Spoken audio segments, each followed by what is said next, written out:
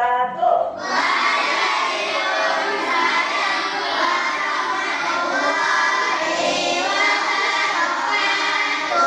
Oke, wahai anak-anakku, selamat pagi. Wahai anak-anakku, apa kabar? Baik, sehat. Alhamdulillah. Oke, wahai anak-anakku, mari kita belajar. Ayo kita mulai dengan basmalah.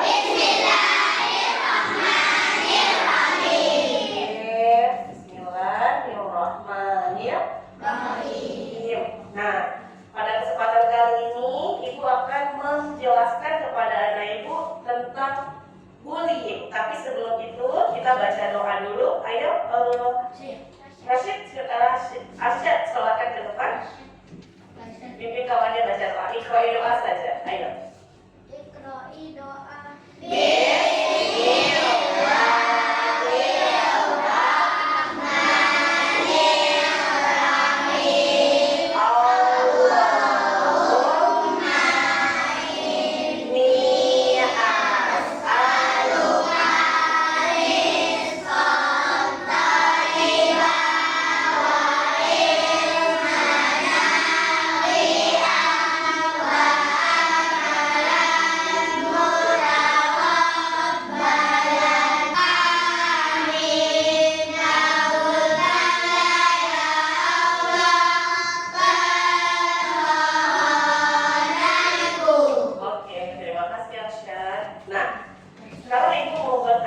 Kira-kira Nana Ibu tahu nggak apa sih arti bullying?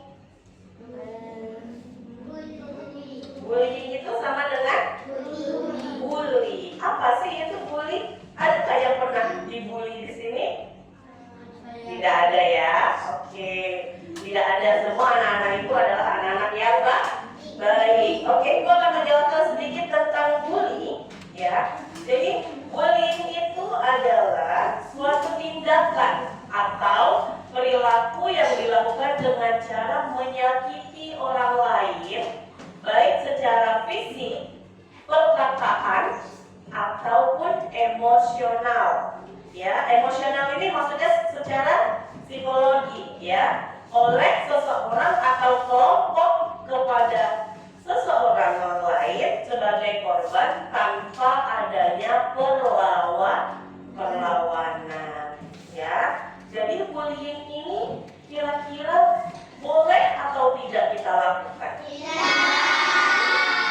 Tidak, ya. Bullying termasuk akhlak yang baik atau tidak? Tidak. Bullying sama dengan menyakiti. Rasulullah saja takut atau tidak pernah menyakiti hewan, apalagi menyakiti manusia. Oke, sekarang Ibu ada video, silakan ditonton terlebih dahulu tentang bullying. Perhatikan baik-baik. Pendidikan kecakapan hidup.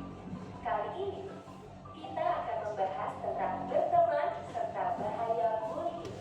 Berikut ini jenis-jenis bullying yang mungkin terjadi.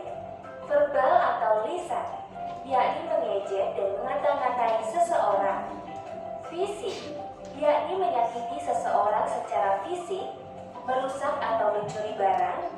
Sikap atau gerakan tubuh yang vulgar dan tidak sopan. Sosial atau relasional, yakni merusak hubungan sosial melalui pengucilan, berbohong, atau menyebarkan gosip. Mengancam, yakni membuat seseorang merasa takut, terintimidasi, atau membuat mereka melakukan hal-hal secara terpaksa. Cyberbullying, yakni bullying melalui internet, telepon seluler, atau teknologi-teknologi lainnya untuk mengganggu, mengancam, mempermalukan, atau menyasar orang lain. Contoh cyberbullying termasuk mengirimkan email, pesan singkat, komentar, atau posting yang menyakitkan, menghacking akun email atau media sosial seseorang, meniru orang lain secara online, dan sebagainya. Agar tidak menjadi pelaku bullying, Kita harus mampu berempati. Ini adalah kemampuan untuk memahami apa yang mungkin dirasakan oleh orang lain. Kita dapat berempati untuk memahami bagaimana korban bullying mungkin merasakan sesuatu. Kita juga dapat berempati untuk memahami awal dari mengapa orang-orang membuli orang lain. Bullying berdampak sangat buruk pada korban, di antaranya kesedihan dan suasana hati yang berubah-ubah, kurangnya rasa percaya diri, menjadi pribadi yang tertutup, kurangnya pencapaian dan keinginan untuk belajar, keinginan untuk pindah ke sekolah lain, depresi, berpotensi tinggi untuk membuli orang lain, menyakiti diri sendiri atau orang lain, bahkan bunuh diri. Selain itu, bullying juga dapat berdampak pada tingkatan sekolah, seperti mempengaruhi hasil-hasil pembelajaran dan tingkat daya ingat seluruh siswa-siswi di sekolah atau menyebabkan perkelahian antar sekolah. Untuk lebih memahami soal bullying, coba kamu dan teman-temanmu diskusikan kasus berikut ini. Ira dan teman-temannya merasa senang membuli seorang remaja perempuan dari sekolah lain bernama Sarah melalui media sosial. Mereka membuat sebuah profil palsu dan mulai mengirimkan pesan-pesan yang tidak berkenan kepada Sarah. Lalu, ketika tahu bahwa Sarah memblokir mereka, mereka memutuskan untuk membuat profil menggunakan nama Sarah dan mulai mengunggah komentar-komentar serta foto-foto tidak pantas berpura-pura menjadi Sarah. Sarah sangat kecewa terhadap bullying yang dia alami dan berpikir untuk menyakiti diri sendiri. Sarah sudah bercerita kepada gurunya tentang apa yang dialaminya, tetapi gurunya kurang memahami cara kerja media sosial dan berkata kepada Sarah bahwa ia tidak dapat membantunya. Silakan kamu dan teman-temanmu mendiskusikan masalah yang melibatkan Ira, Sarah, dan teman-teman mereka. Semoga video pendek ini dapat membantu kita semua untuk terhindar dari perilaku bullying, serta dapat menjalin pertemanan dengan baik dan sehat. Kalau kamu merasakan, mengalami, atau menyaksikan bullying, ingatlah untuk melaporkannya ke orang dewasa yang kamu percaya. Atau hubungi telepon pelayanan sosial anak TPSA di 1500771. Sampai jumpa. Oke, dari penjelasan di video tadi, Anak-anak sudah mengerti apa itu bullying? Sudah, itu adalah tindak kekerasan. Macam-macam dari bullying tadi apa? Ada juga secara verbal. Contohnya tadi di sini ada contoh, siapa tadi yang gendut? Siapa namanya? Ya. Terus dipanggil karena dia tidak olahraga, dipanggil gembrot, dipanggil gendut. Itu adalah bentuk bullying dalam bentuk apa? Verbal, ya, menghina seseorang. Itu adalah bentuk verbal atau perkataan, dan itu tidak baik.